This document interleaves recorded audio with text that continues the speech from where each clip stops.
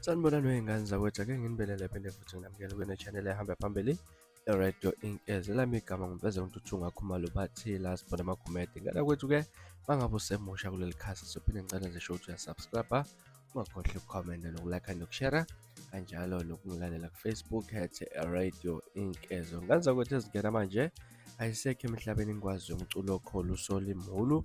uMhulu kuthiwa ushone namhlanje esibhedlela ebekade elalise kuso ngemuva kokuhlasela ukugula ahambele eBotswana. Ngokwesitatimende-ke esikhishwe laphana kwikhasi lakhe uSoli Mhulu laphana kucacisa ukuthi-ke akasekho emhlabeni kuza ngemuva kwepost ebekade ifakwe laphana-ke kulona ikhasi lakhe ebekade ibhalwe ngesiNgisi ebifundeka kanjena: Dear Soli Mhulu fans, it's with great sadness that we are informing you on behalf of the Molokane family, that is Soli Mhulu's family, that is our beloved legend Soli Mhulu has sadly passed on.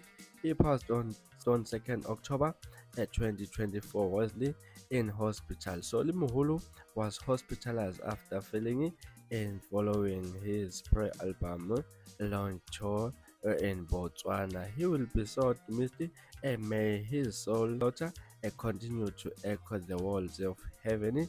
Let us remember him fondly for the healing music he gave us over the years. At this time, the family would like to request that they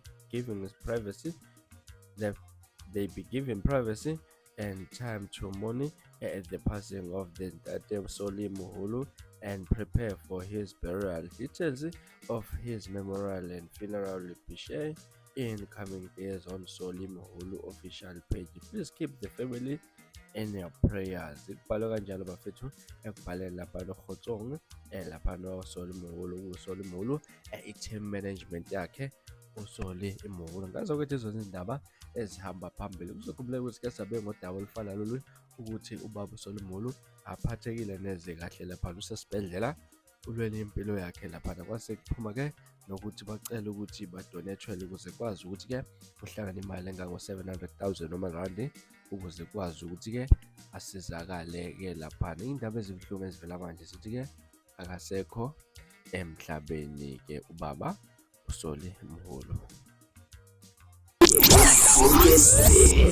Yes,